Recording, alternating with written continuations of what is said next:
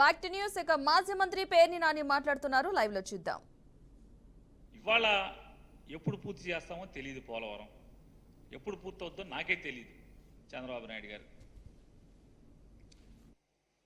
ఒకసారి ఆయన ముందేం మాట్లాడాడు, వెనకేం మాట్లాడాడు ఒకసారి చూద్దాం. తల్లికి వందనం లాస్ట్ పెట్టు. మళ్ళీ చెప్తున్నా, నాణ్యమైన కరెంటు రావాలంటే, కరెంటు రేట్లు పెరగకుండా ఉండాలంటే తెలుగుదేశం జనసేన రావాలి. టారిఫ్స్ పెంచకుండా నాణ్యమైన విద్యుత్ అందజేస్తా ఉన్నారు. అట్లాగే లాసెస్ చెప్పాను, నువ్వు చెప్తున్నావు నాకు, నేను ఉండే వాస్తవ పరిస్థితి కాదు సార్. అతను ముందేం చెప్పాడు, జగన్మోహన్ రెడ్డి గారు ఉన్నప్పుడు ట్రూఅప్ ఛార్జెస్ వేస్తున్నారు, జనసేన తెలుగుదేశం పార్టీ ప్రభుత్వం ఎందుకు రావాలి, కరెంటు ఛార్జీలు పెంచకుండా ఉంటాకి రావాలని చెప్పి మాట్లాడారు ఎన్నికల ముందు. ఇప్పుడేమంటున్నావు, నేను చెప్పానా అంటున్నాడు విలేకరుని. ఈ నెల బిల్లులో ట్రూఅప్ ఛార్జెస్ వచ్చినాయా రాలేదా, ఎందుకు వచ్చినాయి? చంద్రబాబు నాయుడు గారు మీరు పెద్ద పనోడు కదా, మీరు పవన్ కళ్యాణ్ గారు ఇద్దరు కలిసి పెంచి పనోళ్ళు కదా, కరెంటు ఛార్జీలు పెంచమన్నారు కదా. మరి జగన్మోహన్ రెడ్డి గారి ప్రభుత్వం ఉన్నప్పుడు ఏ రకంగా కరెంటు బిల్లులు వచ్చినాయో ఇవాళ కూడా కరెంటు బిల్లులు, అదే కరెంటు బిల్లులు ఎందుకు వస్తున్నాయి?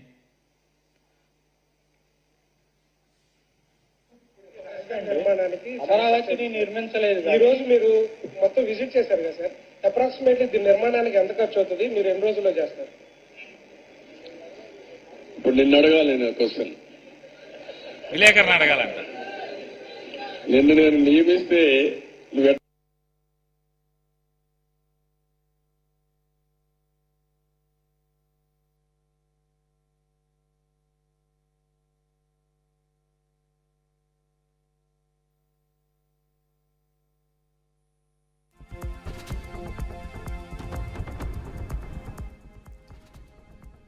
ప్రభుత్వంపై మాజీ మంత్రి పేర్ని నాని విమర్శలు చేశారు. కూటమి ప్రభుత్వం దొంగగా హామీలు ఇచ్చిందంటూ కూడా పేర్ని నాని విమర్శలు చేయడం జరిగింది. అమరావతి విషయంలో ప్రభుత్వానికి క్లారిటీ రాలేదంటూ కూడా పేర్ని నాని అంటున్నారు. నచ్చిన వాళ్లకు కాంట్రాక్ట్ ఇచ్చి ప్రాజెక్టులను నాశనం చేశారంటూ కూడా వ్యాఖ్యలు చేయడం జరిగింది. మొత్తంగా ప్రభుత్వంపై మాజీ మంత్రి పేర్ని నాని అయితే విమర్శలు గుప్పిస్తున్నారు. కూటమి ప్రభుత్వం దొంగ జీవోలను జారీ చేస్తోందంటూ కూడా పేర్ని నాని వ్యాఖ్యలు చేయడం అయితే జరిగింది. అమరావతి విషయంలో ప్రభుత్వానికి క్లారిటీ రాలేదంటూ కూడా పేర్ని నాని చెప్పుకొచ్చారు. అదేవిధంగా నచ్చిన వాళ్లకు కాంట్రాక్ట్ ఇచ్చి ప్రాజెక్టులను నాశనం చేశారంటూ కూడా పేర్ని నాని ఆరోపించారు.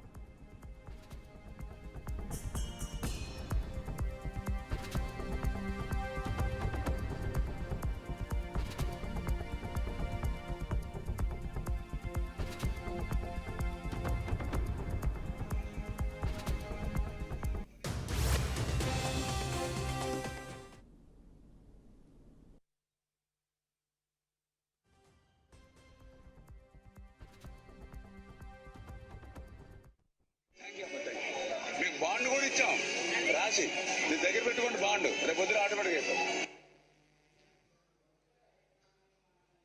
విన్నారు కదా, ఆయన చెప్తున్నాడు 15,000 15,000 15,000 15,000 15,000 మామూలుగా హోల్సేల్ మార్కెట్లో పిలుస్తూ ఉంటారు. ఏంటయ్యా అంటే 15,000 15,000 15,000 15,000 యాపీయే కదా అన్నాడు. ఎవరు యాపీ? అన్నాయన యాపీ. ముందు ఒక ఎస్కార్టు, వెనక ఒక పైలట్, గన్మెన్లు, పెద్ద కారు, నెత్తి మీద లైటు, సెక్రటరియట్ల ఆఫీసు. ఎవరు హ్యాపీ? ఆ సైకిల్ మీద కనపడ్డాయన హ్యాపీ. మళ్ళీ సైకిల్ ఎక్కట్లా, ఈ కారే, ఇక మళ్ళీ సైకిల్ అవసరం లేదు, ఆయన ఒక్కడే హ్యాపీ. ఆ పిల్లలు హ్యాపీ కాదు, తల్లి హ్యాపీ కాదు. ఆయన చెప్పాడు తల్లికి వందనం, ఈ పిల్లకి ఆ పిల్లకి, ఈ పిల్లడికి ఆడికి, ఈ చిట్టికి తమ్ముడికి ఆడికి ఇడికి బుజ్జిగాడికి ఆడికి ఇడికి అని చెప్తున్నాడు హ్యాపీ. ఆయన తనొక్కడే హ్యాపీగా ఉంటే, లేకపోతే చంద్రబాబు నాయుడు వాళ్ళ కూటమంతా హ్యాపీగా ఉంటే కాదు, ఎవరికైతే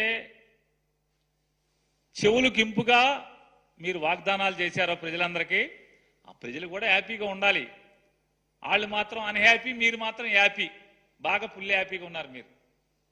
ఆ ఫుల్ హ్యాపీగా ఉన్న వాళ్ళని నేను ఎందుకు అడుగుతున్నానంటే, జీవో ఎంఎస్ నెంబర్ 29, తల్లికి 15,000, తల్లికి వందనం. వాస్తవంగా ఈ పథకం ఎక్కడది? జగన్మోహన్ రెడ్డి గారి పథకం, అమ్మఒడి పథకం. అమ్మఒడి పథకాన్ని పేరు మార్చి కాపీ కొట్టి తల్లికి వందనం. జగన్మోహన్ రెడ్డి గారు ఒకళ్ళకే ఇచ్చాడు. మేము ఇంట్లో ఎంతమంది ఉంటే అంతమందికి, ఒకళ్ళైతే 15,000, ఇద్దరైతే 30,000, ముగ్గురైతే 40,000, నలుగురైతే 60,000. నిజమే, ఈ కూటమి ప్రభుత్వం, చంద్రబాబు నాయుడు గారి ప్రభుత్వంలో తల్లికి వందనమే, తల్లికి మాత్రమే వందనం, పిల్లలందరికీ పంగనామాలు. ఈ కూటమి చంద్రబాబు నాయుడు గారు, పవన్ కళ్యాణ్ గారు, భారతీయ జనతా పార్టీ ప్రెసిడెంట్ నడ్డా గారు, పురంధేశ్వరి గారు, వీళ్ళందరూ కలిసి ఏం చేశారంటే తల్లికి వందనం, పిల్లలకు పంగనామాలు. అంటే జనాల్ని మోసం చేయటంలో. అదే సినిమాలో చెప్తాడు ఆయన ఎవరో, అది కూటమి డైలాగే, 6 అడుగులు బుల్లెట్ అని. 6 అడుగుల అబద్ధం ఎవరంటే చంద్రబాబు నాయుడు. 6 అడుగుల అబద్ధం నడిచి వస్తే ఎట్టా ఉంటుందో చంద్రబాబు గారు నడిచి వస్తే అంతే సేమ్ మనకు కనపడుతుంది కదా. 2014 మేనిఫెస్టో, 2024 మేనిఫెస్టో. ఏ మేనిఫెస్టో చూసుకునే ఉంది? అంతా మోసం, దగ. అట్లాగే ఇసుక గురించి కూడా ఆయన మాట్లాడతారు చంద్రబాబు నాయుడు గారు. ఆయన చెప్పా, ఉచిత ఇసుక ఇస్తాను, ఇచ్చాం. ఇప్పుడు దాన్ని కూడా కొంతమంది విమర్శిస్తున్నారు. అంటే ఎట్లా మాట్లాడుతున్నారంటే ఉచిత ఇసుక అంటే మేము ఇసుక ఇంట్లో ఇస్తామని చెప్పామని మాట్లాడతారు. లేకుంటే నేనే మళ్ళీ ఇల్లు కూడా కట్టిస్తాను, లేకుంటే వాళ్ళ ఇంట్లో కూడా పొలాన్ని నేను పని చేస్తాను అని చెప్తారు. ఏం చెప్పమంటారు వాళ్ళని? ఇది రాజకీయం, ఇది రాజకీయం.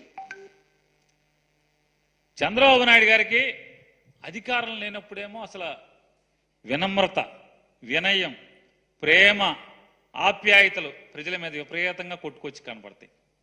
కురిపించేస్తాడు, అసలు మామూలుగా ముంచేస్తాడు. అధికారం రాగానే ఈ రకమైనటువంటి బలుపు మాటలు ఎక్సెక్కాలి, ఈ రకమైనటువంటి ఈసడింపు మాటలు. ఉచిత ఇసుక అంటే దాని అర్థం ఏంటి? నదికెళ్ళి ఎవరు కావాలంటే వాళ్ళు ఉచితంగా పట్టుకుపోవాలి, అంతే కదా. ఫ్రీగా ఇవ్వాలి కదా. ఆ ట్రాన్స్పోర్ట్ ఆడు ఏం తెచ్చుకుంటే దాంట్లో పట్టుకుపోతాడు. మరి ఫ్రీ అంటే ఏంటి? ఆంధ్రప్రదేశ్ రాష్ట్రం యొక్క మైనింగ్ శాఖ మంత్రి నోటి ద్వారా వచ్చిన మాట 290, టన్నుకి 290 నుంచి 1,330 రూపాయల వరకు ఒక్కొక్క రీచ్ని బట్టి మేము రేటు పెట్టాం. ఉచితం, ఉచితం అంటారు, డబ్బులు కట్టమంటారు. క్రితం కూడా ఎమ్మెల్యేలు దోచుకున్నారు, మళ్ళీ దోపిడీకి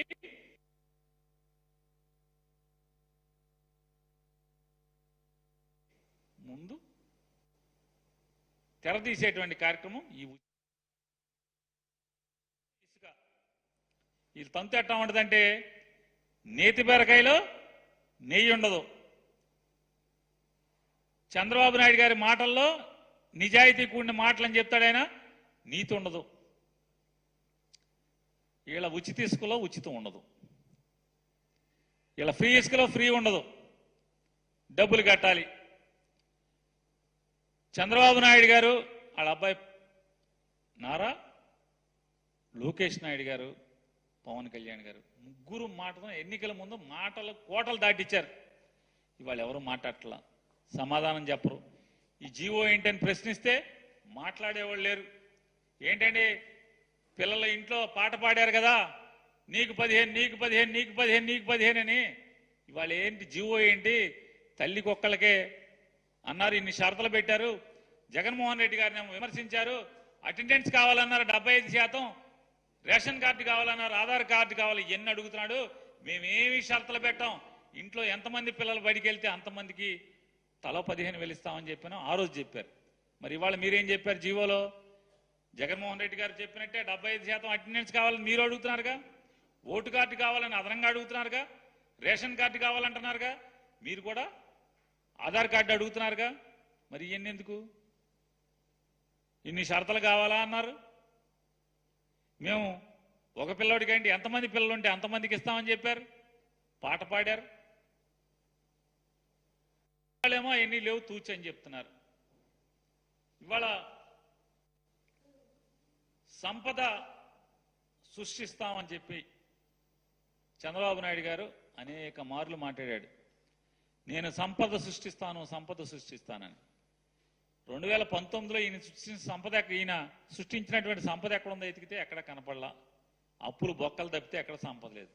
మళ్ళీ ఇప్పుడు ఏంటయ్యా అంటే అప్పులు సృష్టించడంలో, సంపదలు సృష్టించడం దేవుడెరుగు, అప్పులు సృష్టించడంలో దేశంలోనే మొదటి రాష్ట్రంగా చంద్రబాబు నాయుడు గారు నిలబెడుతున్నాడు ఆంధ్రప్రదేశ్ రాష్ట్రాన్ని. ఇవాళ బోణి ఏదో చెప్తారు కదా, ఇంటి మొత్తం అన్నం పొలికంద మొత్తం అంతా చూడక్కర్లేదు, అన్నం ఉడికిందో లేదో మొత్తం చూడాలని. మొత్తం బోణి అసలు మామూలుగా అరికాళ్ళ పారాయణ ఆరలేదు, మొత్తం మొదలు అప్పులతోనే మొదలెట్టేశారు. ఏం చెప్తారు జగన్మోహన్ రెడ్డి గారు? ఏమిచ్చారు? మీరు మాకేమిచ్చారు? మీరు మాకేమి ఇవ్వలేదు కదా. మీరు అప్పులు గోతులు అగాధాలే కదా ఇచ్చెళ్ళింది. ఇవాళ మీరు అప్పులు చేయకుండా సంపద సృష్టిస్తామని చెప్పి ఇన్ని మాట్లాడారు. ఇవాళ మత్స్యకార భరోసా జగన్మోహన్ రెడ్డి గారు 10,000 ఇస్తానంటున్నాడు, మేము 20 ఇస్తామన్నారు. ఏది? మే జూన్ అయిపోయింది, మళ్ళీ మత్స్యకారులు వేటకి వెళ్తున్నారు. వాళ్ళ వేటకి నిషేధంలో ఉన్నటువంటి డబ్బులు ఇవ్వాలి కదా. 20,000 ఇవరా? ఎప్పుడు ఇస్తారో చెప్పరా? విద్యుత్ ఛార్జీలేమో మేము అనలేదు తూచి అంటారు, ఇసుక ఫ్రీ అంటే తూచి అంటారు, మత్స్యకార భరోసా తూచి అంటారు. ఇవాళ మిమ్మల్ని ఒకటే ప్రశ్నిస్తున్నాను, ప్రజలందరికీ కూడా విశదీకరిస్తున్నాను. ఈరోజు జగన్మోహన్ రెడ్డి గారే కనుక ఉండుంటే ఎన్ని తిప్పల పడైనా సరే అమ్మఒడి వేసేసి ఉండేవాడు కదా. ఎన్ని తిప్పల పడైనా జూన్ మాసంలో అమ్మఒడి వేసేవాడు కదా. డ్వాక్రా అక్క చెల్లెలందరికీ 0 వడ్డీ ఖచ్చితంగా పడి ఉండేది కదా. చదువుకునేటువంటి ప్రతి విద్యార్థికి విద్యా దీవెన కానీ వసతి దీవెన కానీ ఈ 2 పడేవి కదా. మత్స్యకారులకి అందరికీ కూడా మత్స్యకార భరోసా పడి ఉండేది కదా, 10,000 రూపాయలు. కానీ ఆకాశంలో మబ్బులు చూసి ఇంట్లో బిందెలో నీళ్లను పారబోసుకున్న తొంతైంది వాళ్ళ ఆంధ్రప్రదేశ్ రాష్ట్రంలో ఉన్నటువంటి ప్రజలందరి పరిస్థితి. ఇలా ముగ్గురు కలిసి అలవి కాని హామీలను ఇచ్చారు, అవన్నీ అయిపోతాయి అని చెప్పని. కళ్యాణ్ ఇప్పిస్తాడని కొంతమంది, చంద్రబాబుకి ఇచ్చే బుద్ధి లేదు కానీ అబద్ధాలు ఆడతాడు కానీ మోసం చేస్తాడు కానీ పవన్ కళ్యాణ్ ఇప్పిస్తాడని వాళ్ళ పార్టీ వాళ్ళు. భారతీయ జనతా పార్టీ వాళ్ళేమో మామూలుగా అయితే ఇక్కడ ఏమీ లేవు కానీ ఢిల్లీ నుంచి డబ్బులు తెస్తాం మేమని చెప్పిన భారతీయ జనతా పార్టీ వాళ్ళు. మీరు ముగ్గురు కలిసి ఈ ఆంధ్ర రాష్ట్ర ప్రజలకి ఇవాళ మోసం చేయటంలో ముందున్నమాట వాస్తవమా కాదా అనేది మీకు చెప్తూ, ఇవాళ తెలుగుదేశం పార్టీ లేదా కూటమిలో ఉన్నటువంటి మొత్తం కూడా ఈ ప్రజలకు మీరు సమాధానం చెప్పాల్సిన అవసరం ఉంది. మీరు మోసానికి, మీరు చేసిన పాపాలకి ఖచ్చితంగా మీరు ప్రజలకి సమాధానం చెప్పాల్సినటువంటి అవసరం ఉంది. కానీ ఒక్కళ్ళు కూడా ప్రశ్నించాల్సినటువంటి లేదా ప్రశ్నించేటువంటి వైఎస్ఆర్ కాంగ్రెస్ పార్టీ బాధ్యతగా మీరు చేస్తున్న మోసాలని ప్రశ్నిస్తుంటే ఒక్కడు కూడా